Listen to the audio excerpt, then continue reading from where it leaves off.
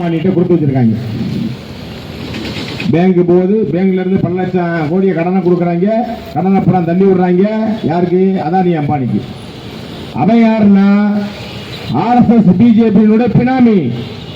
நேரடியா சொல்றாங்க, ஆர்எஸ் காரன், ஆர்எஸ்எஸ் உறுப்பினர் அதானி அம்பானி இவங்களுடைய பினாமி.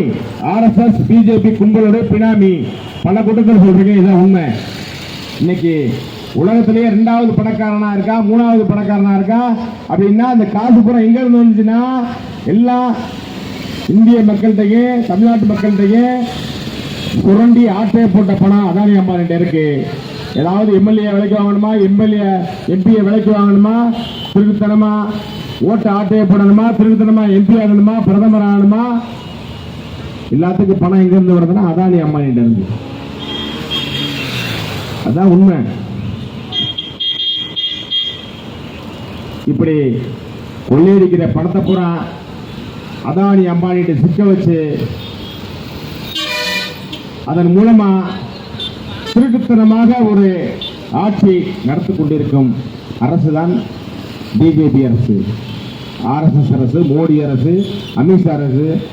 எதை சொன்னாலும் அந்த ஒற்றை சொல் 3 எழுத்துல தான் முடியுது, ஆர்எஸ்எஸ். இதுதான் உண்மை. அடுத்து பாத்தீங்கன்னா இந்த 3வது முறையா பிரதமர் ஆட்சியை பிடிச்சி பிரதமர் ஆயிருக்காரு. அவ்வளவு முள்ளமாரித்தனம், திருட்டுத்தனம், பல லட்சம் பல கோடி ஓட்டுகளை தேர்தல் ஆணையம் மூலமா ஆட்டையை போட்டு திருட்டுத்தனமா பிரதமர் சீட்ல உட்கார்ந்து இருக்காரு மோடி. நான் சொல்லலப்பா, எதிர்கட்சி தலைவராக இருக்கக்கூடிய ராகுல் காந்தி 6 மாசமா ஆய்வு பண்ணி ஆவணங்களை வச்சுக்கிட்டு ஊருக்கு பூரா அலைஞ்சிக்கிட்டு இருக்காரு. நீங்க பீகார்ல வந்துகிட்டு 16 நாள் சுற்றுப்பயணம் போறாரு. இந்த மோடி அரசு ஓட்டுக்களை திருடி திருடுத்தனமா பிரதமர் பதவியில் உட்கார்ந்துக்கிட்டு இருக்காரு. இதுதான் உண்மை.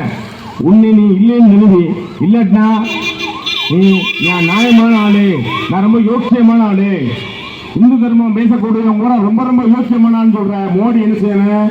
பிரதமர் பதவியை விலகிக்கிட்டு திருப்பி தேர்தலை வச்சுட்டு வா. யோக்கியமா தேர்தல் நடத்த நீ வரவே முடியாதுப்பா, நீ வரவே முடியாது. அமித்ஷா சொல்லிக்கிட்டு இருக்காரு 2000 மன்னிக்கணும் 40 வருஷத்துக்கு நாங்க தான்.